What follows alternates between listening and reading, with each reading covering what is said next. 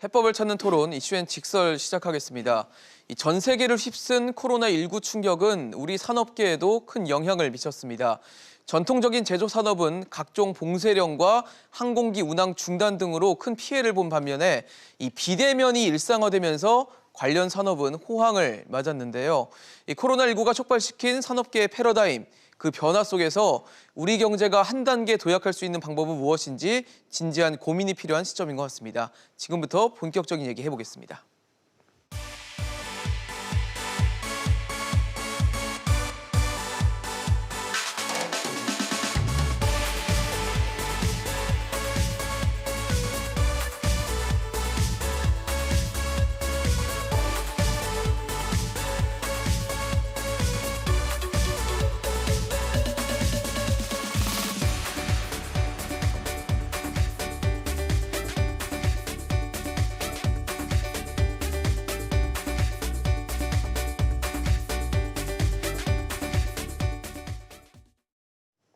네, 본격적인 토론에 앞서 오늘 관련 얘기 풀어주실 세 분 소개하겠습니다. 서울대 경제학과 이필상 특임교수, 한국산업연합포럼 정만기 회장, 가톨릭대학교 경영학부 김기찬 교수 나오셨습니다. 어서 오십시오. 안녕하세요. 사실 지난해가 이제 코로나19 팬데믹이라는 전대미문의 위기 속에서 우리나라가 마이너스 1% 정도의 1%대 정도로 전망을 하는 성장률을 전망이 되는 상황인데 나름대로 OECD 국가들과 비교해봤을 때는 나름 선방했다라는 평가도 있어요. 근데 과연 역성장에 대해서 어떻게 봐야 될지도 좀 궁금하고요. 그리고 이렇게 그래도 다른 나라들보다 조금 더 나은 성적표를 낸 데는 어떤 것들이 좀 원동력이 됐을지 어떻게 보시는지 궁금합니다. 어떻게 보십니까? 예, 2020년 우리나라 경제 성장률 마이너스 1%대 정도 될 것 같은데요. 예. OECD 국가들 중에서는 최고 수준입니다. 선방을 한 것이죠. 예. 이유가 두 가지인데요. 예. 코로나 사태가 터지면서 우선 나타난 현상이 산업 간의 양극화 현상이 생겼다는 건데 경제는 이제 제조 부문이 있고 서비스 부문이지 않습니까? 근데 코로나 사태가 터지니까 그 제조업 부문은 비교적 선방을 하고 서비스 분야가 굉장히 타격을 많이 받았는데 우리나라는 아직까지 제조업 부문이 비중이 큽니다. 네.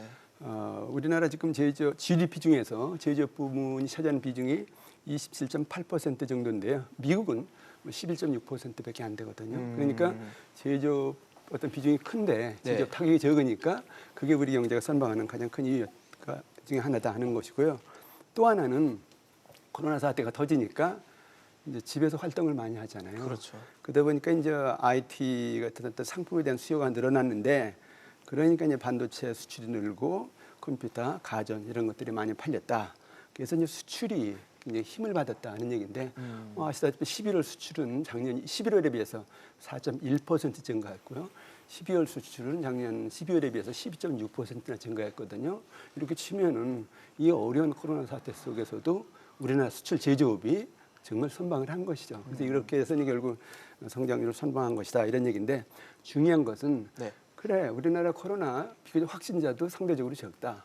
경제 선방했다. 그러면은 국민들의 경제적인 고통은 적은 게 아니냐 이렇게 생각할 수가 있는데 결코 그렇지가 않다는 겁니다. 왜 그러냐 하면요. 우리나라는 경제 구조상 자영업과 소상공인 비중이 굉장히 큽니다.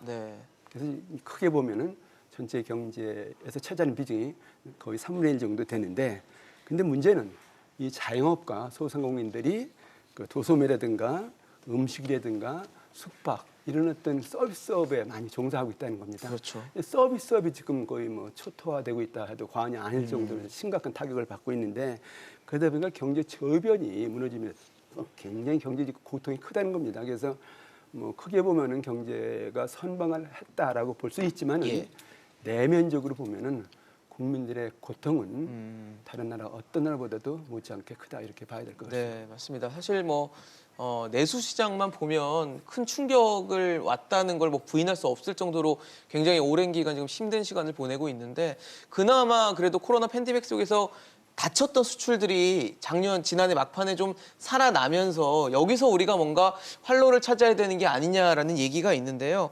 정만기 회장님 어떻게 보십니까? 수출이 좀 희망이 될 수 있다고 보세요? 뭐 저기 이피상 교수님이 잘 말씀해 주셨는데요. 다른 나라는 기억나시지만 한 2개월, 3개월 정도 봉쇄 조치가 돼 있고 셧다운이 그렇죠. 됐었고 셧다운 그랬었잖아요. 됐었죠. 근데 우리나라는 제조업을 얘기하셨는데 제조업체들 중에서 팬데믹 때문에 공장이 셧다운 된 경우가 거의 없었거든요. 그래서 그렇지 않아도 작년에 그 수출 실적이 OECD 국가 중에서 거의 뭐 중개무역 국가 홍콩, 네덜란드 이런 거 빼버리면 거의 네네. 세계에서 1, 2등 정도로 좋았고 그 덕분에 이제 이 경제 성장도 상대적으로 아주 선방을 하는 그런 형국이거든요. 네네. 여기다 하나 더 얘기 드린다면 아까 이제 제조업을 강조하셨는데 제조업도 우리나라는 아주 다양한 업종에 진출해 있잖아요. 그러니까 네네. 뭐 반도체, 디스플레이 이런 비대면하고 관계된 업종뿐만 아니라 네네. 석유화학, 철강, 자동차 여러 가지 산업의 산업 구조가 다양하게 구성돼 있다 보니까 예. 어떤 사람은 좀 힘들 때 다른 사람은 좋고 또 다른 사람이 좋을 때 어떤 사람은 또 뭐 더 나쁘기도 하고 네네. 이렇게 좀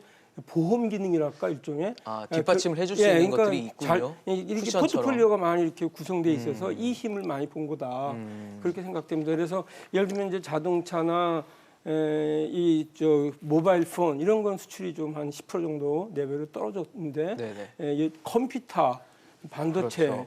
2차 전지 뭐 이런 것들은 수출 실적이 어떤 건 막 50%까지 올라간 것도 있어요. 이게 좋아진 것도 있었고 예. 반면에 뭐 석유화학, 철강 이런 거는 마이너스 15% 이 정도로 좀 안 좋았었단 말이죠. 그래서 이 업종별로 다양하게 진출되어 있는 우리 이 특징 이게 아무래도 기여를 했고 네. 앞으로도 비대면 사회가 좀 더 활성화되고 또 이제 바이오 분야가 또 새로 이제 뜰 겁니다. 계속 떠갈 건데 이 분야도 우리가 탄탄하게 좀 준비해 가고 있고 기존의 실력도 있기 때문에 수출이 아무래도 우리 경제를 계속 더 끌어갈 거다. 내수 부분이 좀 어렵긴 한데 결국 밖에서 돈을 벌어와서 그게 또 내수로 퍼지는 그런 구조를 우리가 갖고 있기 때문에 네네. 기본적으로 한국은 그런 쪽을 계속 우리가 잘 해가는 게 중요하다 이런 생각이 듭니다.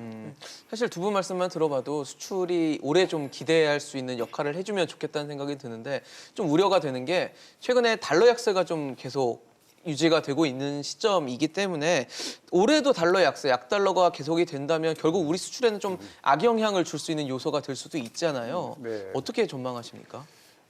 우리 한 4가지 정도를 볼 수 있을 것 같은데요. 네. 일단 우리 바이든 행정부가 이제 출범을 하죠. 경기 부양책을 대규모로 이렇게 시작을 하게 되면 이제 달러 약세가 지속된다라고 하는 것은 이미 예상될 수 있는 것인데요. 다만 우리 지난해 우리 자동차 산업, 뭐 우리 반도체 이런 우리나라의 제조업의 어떻게 보면 이 수출의 양상 구조가 이 K형 구조로 이렇게 완전히 바뀌고 있거든요. 양극화가 심해지고 있다 저는 이 말씀이신 거죠? 코로나 팬데믹은 비대면이고 비대면은 반도체고 그래서 어떻게 보면 우리나라의 전체 수출에서 차지하는 반도체 비중이 한 20% 정도 되는데 지난해 그 중에서 한 30% 정도 올랐거든요. 네. 저는 그 중에서 또 특히 주목하는 것 중에 하나가 지금까지 대한민국 반도체는 메모리 분야 중심이었어요. 그렇죠. 작년부터 이 비메모리 분야가 사실 이 AI라든지 이런 분야의 가장 핵심인데 이런 분야가 지금 굉장히 커지고 있고 그래서 그런 어떤 어려움에도 불구하고 이 반도체 또 특히 이제 작년부터 우리나라의 큰 변화 중에 하나가 우리 자동차 산업은 지난 한 10년 전으로 다시 돌아갔습니다. 2009년도 정도에 한 350만 대 정도 생산이 있고 그렇죠. 수출도 한 줄어들었죠. 17% 정도 줄었는데요. 그럼에도 불구하고 주목해야 될 것은 친환경 자동차, 전기차 수출이 굉장히 늘어나고 있다는 겁니다. 그래서 한 작년 한 13% 정도가 됐는데요. 그래서 저는 작년도의 특징들이 앞으로 계속된다면 반도체, 전기차, 우리 바이오 키트 같은 이런 것들의 도약과 지금까지 상당히 약체였던 우리 항공 산업이라든지 또 이런 내수 민감 업종들의 어떻게 보면 부활 이런 것들을 전체적으로 보면 올해는 전반적으로 수출도 한 10% 정도는 늘고 그럼에도 불구하고 중소규모의 업종들이 이 어떻게 원가 압박이라든지 수출을 통한 생산성 압박 이런 부분들이 심각해진다. 그렇게 보면 결국 K형의 변화는 앞으로 계속될 거다. 이런 것들을 이제 우려하는 거죠.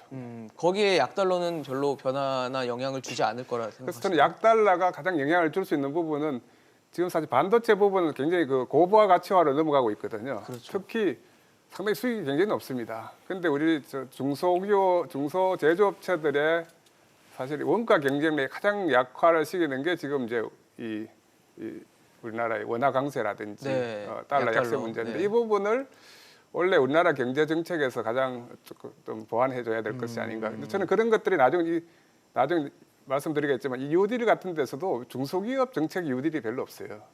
그래서 이런 뉴딜이라고 하는 것은 정부 정책으로 시장 실패를 보완해줘야 되는데 이런 보완해줄 때 왜 이 중소기업 중심의 뉴딜을 별로 안 했던가. 그래서 뉴딜이라는 건 주체가 있어야 되거든요. 그렇죠. 그러니까 돈을 푼다고 되는 것이 아니라 누가 어떻게 할 것인가가 나중에 그 중요하죠. 주체를 명확하게 해주면은 우리가 수출의 저변도 확대할 수 있고 특히 또 우리 원가 압박이 인건비도 상승됐는데 그 스마트화로 풀 수 있는 부분들도 꽤 많습니다. 이런 부분들은 나중에 그 좀 부분 더 나중에 한번 다시 한번 논의하면 체크를 좋을 것 해보도록 같습니다. 하겠습니다. 네, 이필석 그리고 교수님 우리나라 네. 경제에 대해서 뭐 코로나 팬데믹에서 위기다 이렇게 이제 굉장히 불안한데요.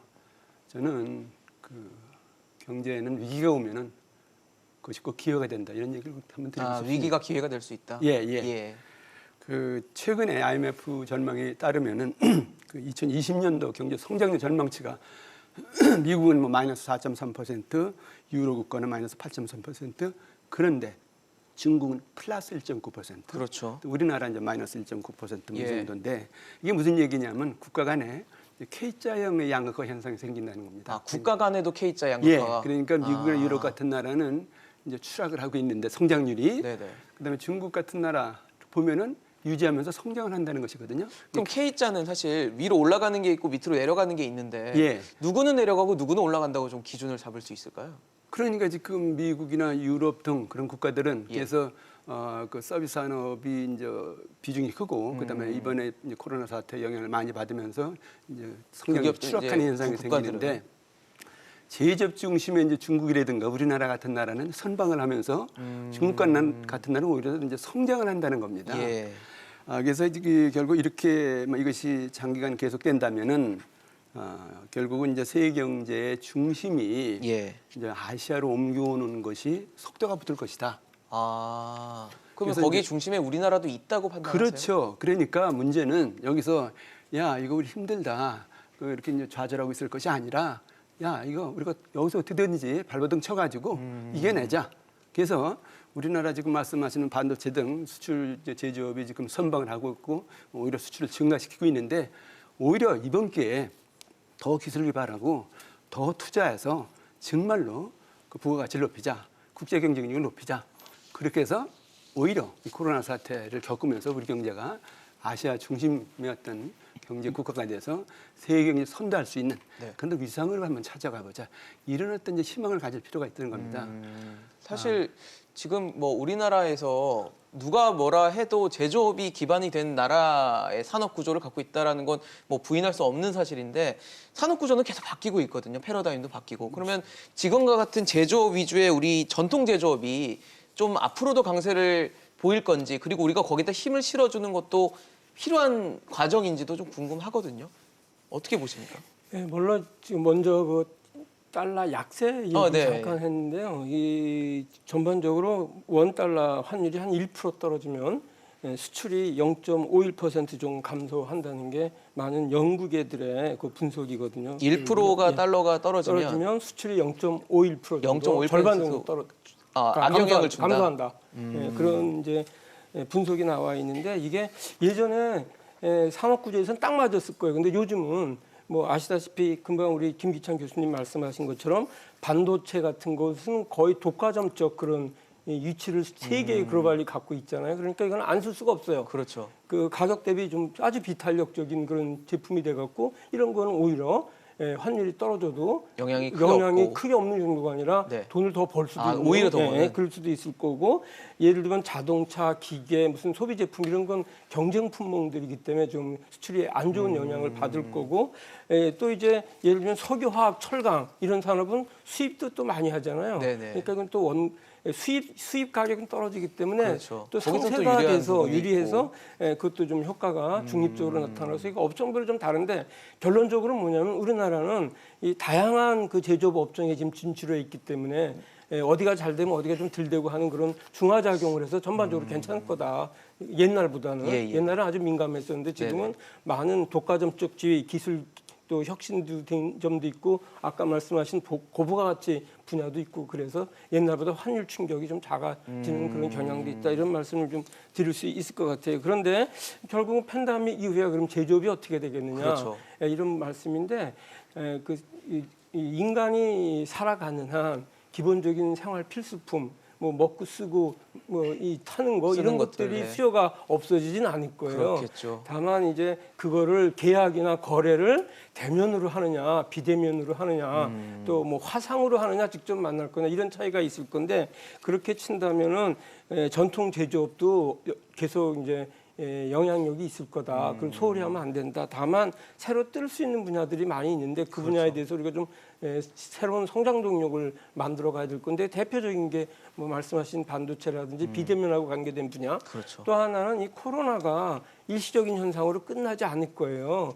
지금 그 코로나는 RNA 바이러스들이 네. 이제 생겨서 그런데 이것은 변종이 아주 심하다는 거 아니에요? 지금도 뭐 변이 바이러스도 네. 나오고 있고요. 계속 그런 일이 생길 겁니다. 그렇다고 한다면 뭐 백신과 관련된 거, 치료제와 관련된 거, 또 그 생산, 대량 생산하는 GMP 시설 이런 바이오에 관련된 산업들에 대한 수요가 꾸준히 늘어날 거기 때문에 저희 전략으로는 기존의 제조업을 탄탄히 기반을 닦으면서 네. 비대면 관계 쪽에 있는 온라인 비즈니스 쪽에 있는 여러 가지 제조업을 또 키워가고 뭐 AI도 있을 거고 5G도 있을 거고, 빅데이터, 통신 쪽. 5G 네. 거기 들어가는 부품이 되는 반도체, 디스플레이 이런 산업은 당연한 키워야 거고, 되는. 예, 그 다음에 이제 우리 바이오 분야 이 분야에 대해서도 한 번 더 우리의 특히 우리는 대량 생산 체제가 좀 있기 때문에 신약을 개발하고 그런 역량은 아직 모자라요. 네. 하지만 남이 개발해 놓은 신약을 가지고 모조품을 많이 생산하는 능력 이거부터 뭐 바이오시밀러 같은 거 바이오시밀러 말씀하시는 그런 걸 거죠? 키워가면서 점차 제약 산업이나 이런 쪽으로 진출해 갈 필요가 있다 이런 말씀드리고 싶습니다. 네. 이런 변화에 이제 하나 더 주목해야 될 부분은 제조의 방법들이 이제 달라진다는 거죠. 예를 제조의 방법들이. 방법들이. 예를 들자면 이제 자동차도 자동차를 개발할 때 뭐 몇 년을 두고 자동차를 개발했잖아요. 그렇죠. 그래서 이번에 우리 현대 기아차에서 eGMP라고 하는 플랫폼을 만들었어요. 맞습니다. 그건 말하자면 전기차를 만드는데도 모듈을 통해서 플랫폼을 가지고 있겠다. 그래서 이 플랫폼을 만들면 두 가지가 굉장히 좋아집니다. 사실 디지털 시대는 속도 싸움이거든요. 우리가 빨리 하면 혁신이고 늦게 하면 모방이다 이런 이야기를 해요. 사실 전기 자동차 같은 경우도 앞으로 많이 쏟아질 텐데 그렇겠죠. 누가 이 개발 클락 스피드 진화의 속도를 빨리 하느냐 하는 부분인데 이런 플랫폼을 가지고 있으면 두 가지가 가능. 빨리 할 수 있고 오픈 플랫폼으로 이 조립을 할 수가 있어요. 그래서 네. 저는 이런 변화가 사실 반도체에도 나타나고 있고 이제 자동차에도 나타나고 있고 이런 어떤 변화는 우리 정만기 회장님이 말씀하셨던 이런 제조 산업의 새로운 변화를 앞으로 끌고 가게 될 것이고 이런 것들이 사실 경제의 긍정적인 부분이다 이렇게 말씀드릴 수 있을 것 같습니다. 지금 사실 세 분이 모두 다 한 목소리로 강조해 주시는 부분이 반도체입니다. 반도체가 특히 뭐 지난해에도 그렇고 2018년 슈퍼사이클 이후에 올해가 좀 기대된다는 얘기가 나오는데 정부도 지금 반도체 수출이 지난해 대비해서 한 10% 정도 증가하고 이 1,000억 달러를 돌파할 것이다라는 전망을 내놨어요. 근데 보니까 산업통상자원부죠. 산업통상자원부에서 반도체만 따로 떼내서 이렇게 자료를 통계를 낸 것도 처음이라고 하는데 그만큼 이제 정부도 우리 반도체가 우리 산업에 미치는 영향이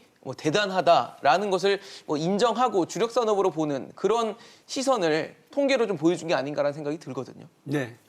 반도체 뭐 우리 경제 정말 버팀목이다 이렇게 이제 볼 수가 있고요. 예. 또 앞으로도 굉장히 아마 반도체 수요는 늘어날 것이다. 그렇게 치면은 올해 이제 반도체 수출이 1,000억 달러를 넘으면서 우리 경제를 다시 한번 이제 주도하는 그런 현상이 나타날 것이다. 그런 어떤 전망들이 나오고 있는데 좋습니다. 반도체 계속 기술 개발해서 그 경쟁 우위를 계속 확보해 나갈 필요는 있죠.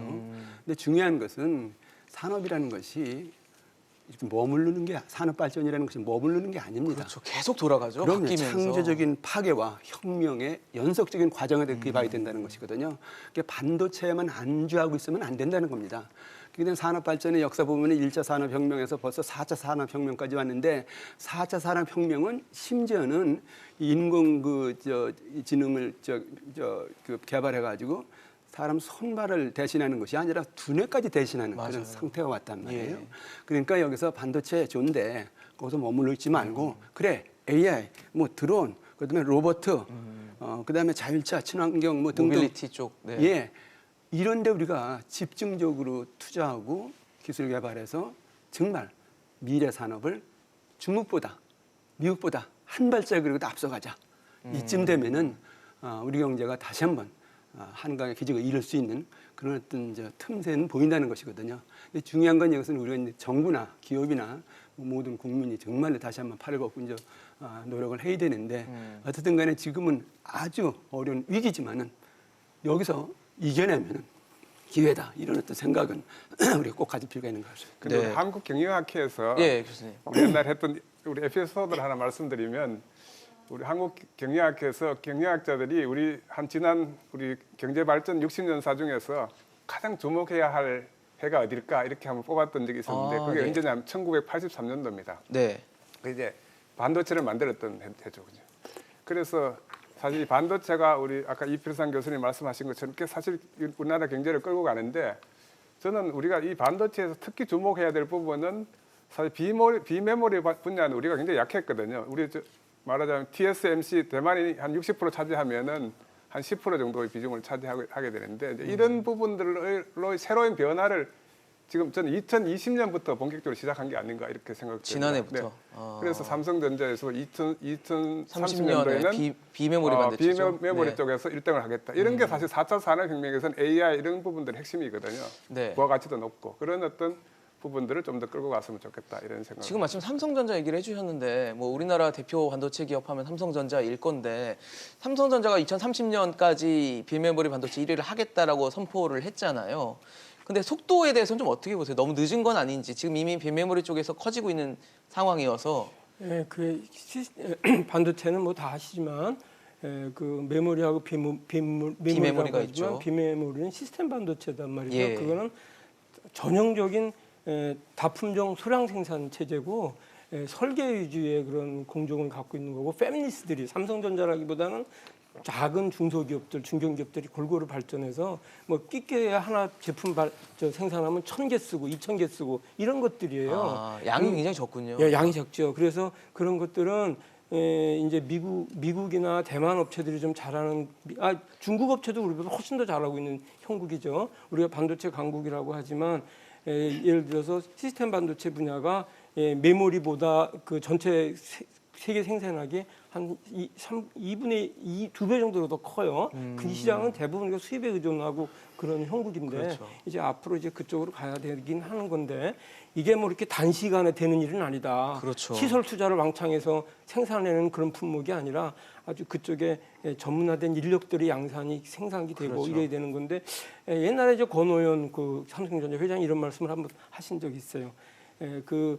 이 핸드폰에 들어가는 이미지 센서 시스템 네. 반도체 중에 하나인데 이거는 뭐 한 우리나라는 2년 만에 집중적으로 연구를 하면 되지 않겠냐 하고 생각을 해서 LA에 그런 연구소를 만든 적이 있었는데 미국 사람들은 한 5년 걸렸다는 거예요. 아. 우리는 연락 열심히 하니까 2년이면 되겠지.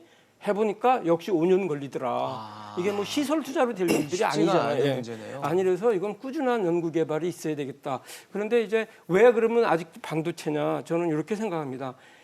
수요 측면에서는 분명히 비대면 사회가 도래하고 많은 분야의 반도체가 비메모리 포함해서 쓰이다 보니까 네. 일종의 산업의 쌀이 돼버렸어요. 이게 옛날 철강처럼. 아. 그래서 수요 측면에서 많은 수요처가 생겨서 그렇죠. 커진다.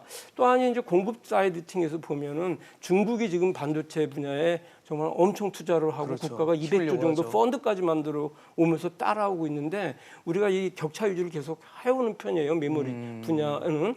그런데 이제 중국이 최근에 들어서 미국의 견제도 있고 그래서 좀 주춤하잖아요. 그렇죠. 요럴 때 기술 격차를 확 늘려놓지 벌려놔야지. 않으면 아마 이제 조금 중장기적으로 보면 위험해질 수도 있어요. 빠르게 쫓아올 수 있다는 예. 말씀이시죠? 그래서 아마 정부가 이 시점에서 다시 반도체를 강조하면서 중국과 공급 측면에서 격차를 좀 늘려가고 수요 측면에서는 새로운 분야에 점차 이 반도체 수요가 너무 넓혀지고 있기 때문에 예. 이걸 기회로 본 게 아니냐. 이게 안 되면 다른 사람도 어려워요. 자동차?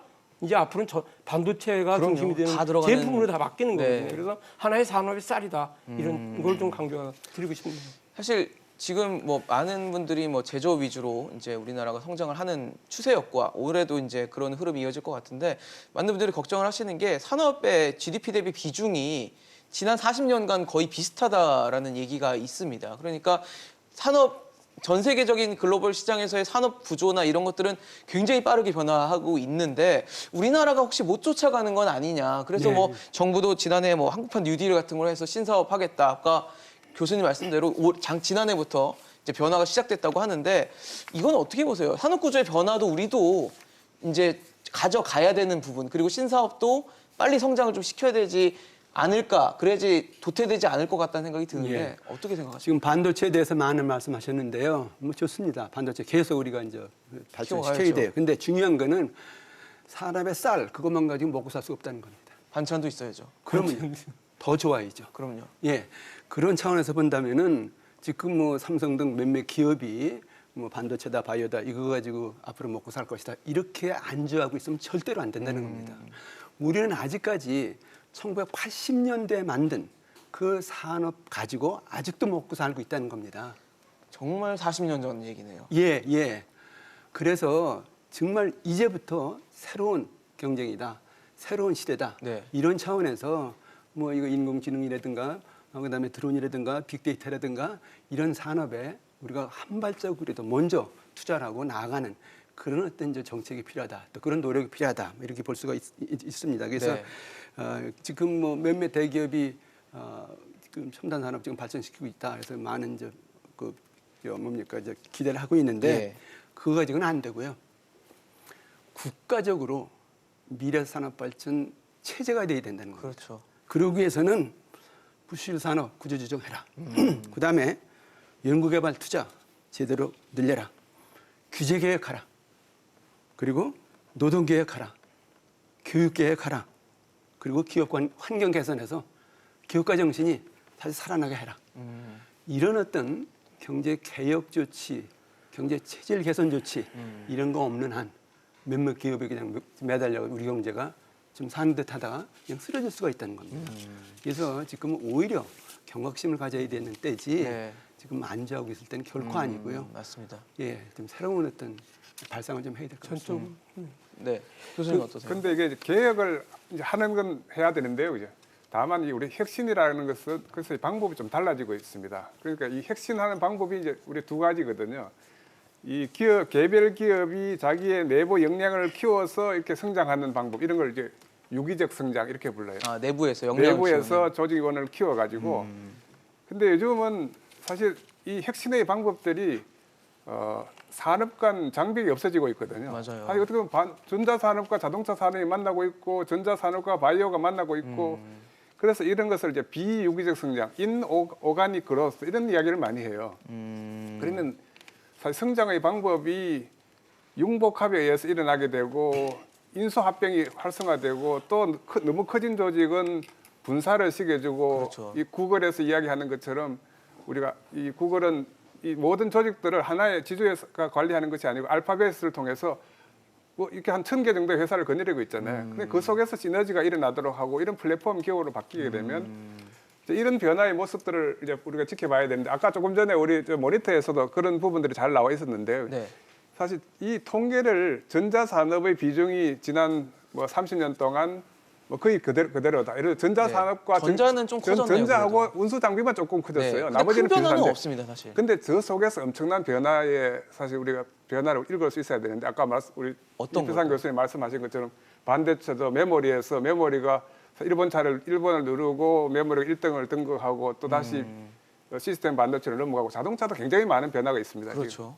자동차도 2020년을 기점으로 해서 이제 본격적인 그린 시대를 대비하고 있거든요. 그러면서 자동차도 이제는 과거의 내연차 중심이 아니라 그 속에 반도체도 들어오고 무슨 항공 기술도 들어오고 로봇도 네. 들어오고 이렇게 되면서 인수합병들이 많아지고 있잖아요. 맞아요. 그런 변화들이 포함돼서 저렇게 성장하고 있는 부분들이기 때문에 저는 저런 통계를 좀 더 이렇게 지표의 그 질적인 측면을 조금 더 보면 좀 더 우리나라의 변화를 볼 수 있지 않을까. 또 그래서 그걸 볼 수 있어야 우리 정부 정책에서도 좀 더 그런 정책으로 좀 초점을 맞출 수 있겠다 이런 말씀을 드릴 수 있을 것 같습니다. 근데 지금 뭐 사실 산업 구조의 변화에 맞춰서 우리도 신사업 개발하는 건 맞는데 많은 이제 주체는 기업일 겁니다. 기업이 변화를 해야 될 텐데 기업들은 그런 얘기를 해요. 우리나라가 과연 이 사업을 할 만한 환경이 되느냐. 그래서 우리나라가 뭐 리쇼어링이라든지 유턴하게끔 해주는데 뭐 당근은 안 주고 채찍만 내는데 내가 거길 왜 들어가냐, 돌아오겠냐라는 얘기를 하거든요. 사실 뭐 돌아올 만한 유인책이 있어야 해외에 있는 기업이 들어올 텐데 유인책을 안 주는 건 아닌가라는 비판이 있거든요. 지금 아까 우리 이필상 교수님 말씀하신 거에 전적으로 동감을 좀 하는데요. 우리 지금 주력 산업 구조가 2000년대 초반 정도에 형성된 것들이 거의 안 바뀌고 오고 있거든요. 그거는 이제 새로운 산업도 잘 안 일어나고 있고 가장 중요한 건 기업가 정신이라고 생각이 돼요. 그러니까 기업에서 창의성을 가지고 네. 정말 그 혁신을 할 수 있는 한번 해보고 아니면 실패를 해도 좀 용인해주고 이런 어떤 창의적인 그런 환경이 조성이 돼야 되는데 실패를 용인하지 않죠, 우리 사회는. 그거보다는 너무 이제 규제가 심한 거예요. 규제도 심하고. 그래서 예를 들면은 최근 4년간 국가별로 법안이 통과된 걸 비교를 해볼 수가 있는데 법안이요? 한국은 매년 연평균 2,200건의 법률이 제정되고 있어요. 개정되거나 법안이 2,200건이나 나오고 있는데 이게 많은지 적은지 잘 감이 안 잡히죠, 그죠? 예. 그 다른 나라하고 비교해보면 금방 나타나요. 미국이 연평균 193건, 영국이 연평균 29건, 프랑스가 88건, 일본이 112건이에요. 근데 우리나라는 2,200건. 비교가 안 되네요. 네, 근데 그 2,200건 중에서 한 30% 정도는 규제 법안입니다. 그러니까 이제 국무총리실 이런 데서 규제 혁신을 하겠다고 뭐 샌드박스 이런 것도 동원하고 그렇죠. 많은 혁신을 하는데 한 개 규제를 이제 철폐를 하는데 그날 한 몇십 개가 생기는 형국이에요 지금. 그러게요. 이렇게 2,200건 중에 30%가 숨막히게 규제니까. 규제를 하고 있는데 거기서 기업가 정신이 나올 수가 있겠으며 거기서 새로운 산업을 시도 드론 얘기를 좀 하셨잖아요. 우리 예. 이필상 교수님이. 드론 환경 안 돼 있어요. 공역 규제, 군사용 규제, 군사시설 띄우기도 규제. 어렵죠, 사실. 예, 비행기 띄우기 어렵습니다. 그리고 무슨 빅데이터나 개인정보 같은 거 갖고 활용해서 무슨 사업을 하려고 그래도 개인정보보호법 여러 가지 규제돼 있죠. 의료 원격 의료를 하려고 그래도 의료법으로 제한받죠. 많은 규제가 현재도 있는데 그게 오늘 요번에도 뭐 공정경제 3법부터 시작해서 중대재해기업처벌법 등등 네. 법이 계속 지금 만들어지고 있어 갖고 이런 환경에서는 개인이 창의성을 가지고 새로운 기업이나 새로운 산업을 시도하기가 어렵다. 따라서 가장 중요한 건 개인들이나 기업이 자유롭게 창의성을 갖고 새로운 제품, 새로운 시도를 해볼 수 있는 환경을 조성해 주는 게 중요한데 그게 우리 지금 한번 다시 점검해보고 반성할 필요가 있다 이런 말씀을 드리고 싶습니다. 사실 반성을 할 필요가 있다고 말씀을 주셨는데 지금 말씀하신 것처럼 최근에 뭐 공정경제 3법 국회 통과했고 중대재해기업처벌법도 법안 소위에서 일단 여야 합의가 된 상황이어서 기업들은 왜 이렇게 규제만 하냐 우리가 활동할 수 있는 영역이 없다라고 불만을 쏟아내거든요. 이 현실을 어떻게 보십니까? 예, 그 기업들이 뭐 정말 야 시계 재료다 이런 어떤 표현이 나올 네. 정도로 불안해하는 건 사실입니다. 그래서 그 이제 경제 이제 그 3법 보면은 무슨 뭐 상법을 개정해서 감사위원 분리 선출을 한다, 다중 대표 소송제를 도입한다, 그리고 이 노동조합법을 이제 바꿔서 해고자와 실업자를 노조 가입시키겠다 뭐 네. 등등인데 그리고 여기에 이제 결국 지금 국회에서 지금 논의하고 있는 그 중대재해법 네. 그래가지고 이제 정말 사망 사고가 나면 기업주가 이제 감옥도 가야 된단 말이에요. 그러니까 야, 뭐 감옥 갈 바에 내가 사업할 필요가 뭐가 있느냐 해가지고 지금 그 어떻게 보면은 기업의 어떻게 보면 그 의지가 많이 꺾이는 그런 현상이 나타나고 있는 건 사실입니다. 근데 이 문제를 어떻게 봐야 될 거냐 하는 얘기인데 이게 이제 일방적으로 기업들한테 지나치게 어떤 그 어려움을 주는 거다 뭐 이렇게 이제 생각은 할 수 있겠습니다만은 중요한 거는 우리나라 아직 기업들의 지배 구조 그리고 산업 안전 수준 이런 것이 낮다는 거예요. 그러니까 야 그래 이렇게 뭐 시장 독점하고 그다음에 무슨 뭐 이 세습 경영하고 그런 것이 아니고 정말 지배 구조를 투명하게 그리고 민주적으로 개선한다. 예. 그리고 전문 경영 체제 도입한다. 그리고 이 산업 안전 어떤 제도나 장치를 선진화한다. 이렇게 하면은 이런 조치들이 무서울 게 없죠. 어떤 면에서 보면은 그러니까 기업의 자체 노력이 필요하다는 말씀이시죠? 그렇죠. 기업들의 자체 노력이 일단 필요한데 여기 중요한 거는 그래 이게 뭐 필요한 조치다 뭐 이래가지고 무조건 그래 법 만들어가지고 당장 실시하자. 그것도 문제가 있다는 겁니다. 그렇죠. 시간이 엄청 걸립니다. 이거 이제 바꿔 나가려면 그리고 이제 개혁을 하려면 그래서 개혁을 하고 그때 바꾸는 어떤 노력을 뭐 집중해야 되는데 여기서 그렇다고 해서 하루아침에 처벌이다 이렇게 나가는 건 경제에 너무 큰 충격을 준다는 거예요. 그러니까 정부도 또 국회도 이걸 뭐 일시에 다 법 만들어서 지금 적용하자 그런 차원보다는 좀 숨통을 터가면서 단계적으로 그래서 좀 확실하게 추진하는 그런 어떤 모습이 필요하지.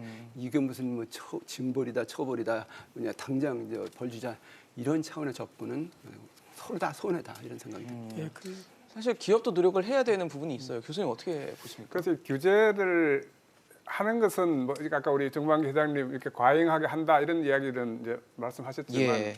근데 저는 더 중요한 것은 왜 규제를 하는가에 대한 이런 고민이 별로 없는 것 같아요. 그동안 기업이 예를 들어- 어떻게 했길래 규제를 하는가? 그렇죠. 예.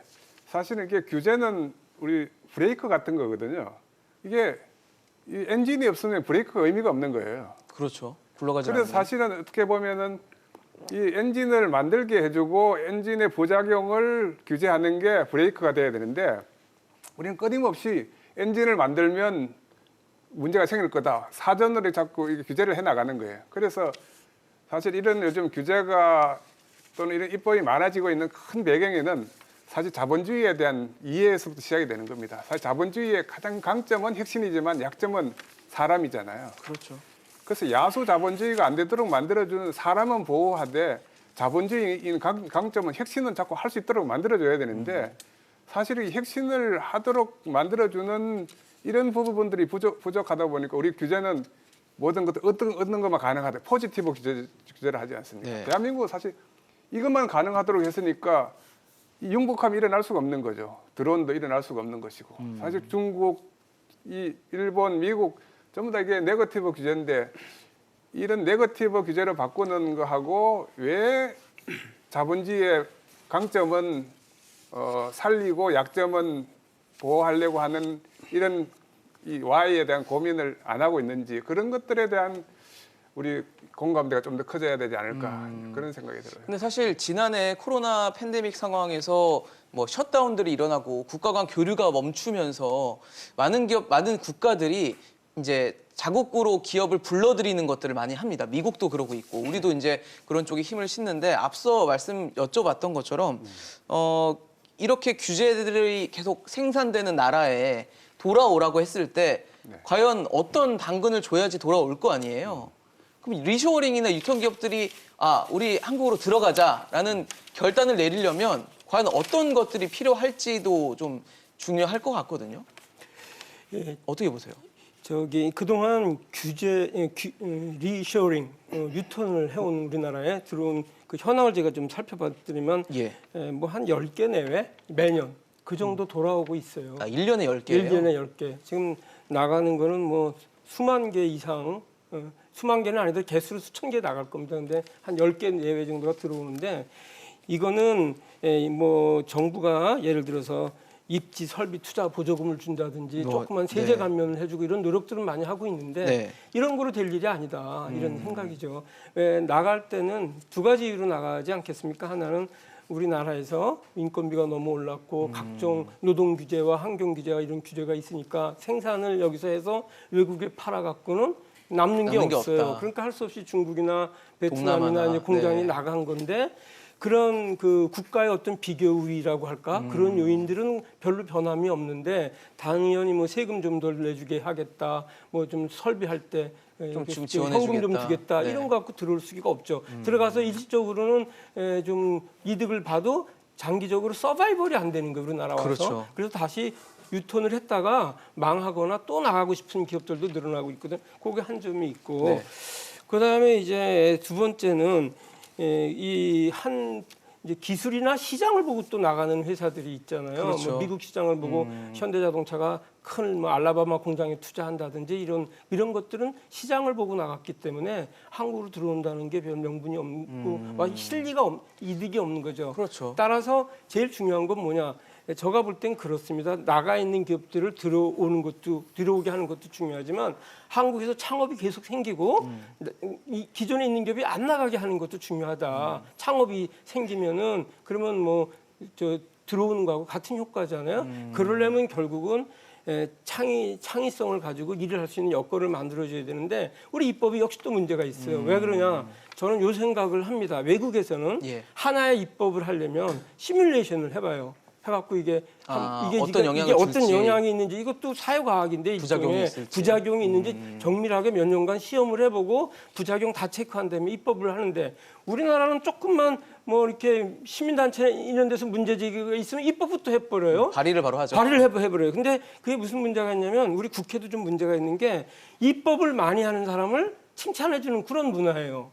일 얼마나 했나 뭐 일 이렇게 얼마나 했느냐. 측정을 한다는 거죠. 외국은 이 국회에서 얼마나 좋은 법을 정말 신중하게 제대로 만들었냐를 평가하는데 우리 의원님들 좀 만나보면 그 쫓겨요. 내가 금년에 몇 건을 해야 되지?